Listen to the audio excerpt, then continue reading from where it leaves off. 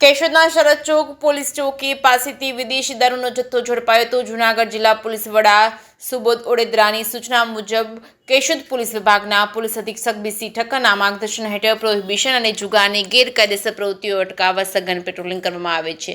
બુટલેગરે કોઈ જાતનો ડર રાખ્યા વગર બિંદાસ હોય અમે કેશોદના માંગ રોડ ઉપર આવેલી શરદ ચોક પોલીસ ચોકીથી 50 ડગલા પાછળ રહેણાંક મકાનમાંથી ભારતીય બનાવટનો વિદેશી દારૂનો જથ્થો કેશોદ પોલીસે ઝડપી લીધું હતું। કેશોદ પોલીસને મળેલી માહિતી મુજબ શરદ ચોકથી જૂની બજારમાં જવાના રસ્તે ગલીમાં આવેલા રહેણાંક મકાનમાં ભારતીય બનાવટના વિદેશી દારૂનો જથ્થો ઉતારી આર્થિક લાભ મેળવવા વેચાણ કરવામાં આવે છે।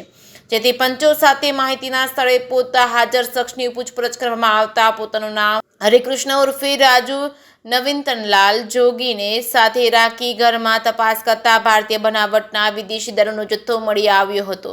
જે અંગે તપાસ પરમિટ ન હોય પ્રોહિબિશન એક્ટ હેઠળ કબજે કરી જુદી જુદી બ્રાન્ડની દારૂની બોટલ નંગ 46 કિંમત ₹98,600, મોબાઈલ ફોન નંગ 1 કિંમત ₹5,000 મળી કુલ ₹1,03,600 ના મુદ્દામાલ સાથે હરિકૃષ્ણ ઉર્ફે રાજુ નવીનતનલાલ જોગીને અટક કરી પૂછપરછ કરવામાં આવતા કિશનભાઈ નટુભાઈ કુંભાણી રહેવાસી દેવશેરી કેશોદવાળા સાથે મળી દારૂનો જથ્થો વેચવા કરવા મંગાવેલ હોય જે વિરુદ્ધ ગુનો નોંધી આગળની તપાસ હાથ ધરવામાં આવી છે। કે ગુજરાતી સાથે રાજુ પંડ્યા, કેશોદ।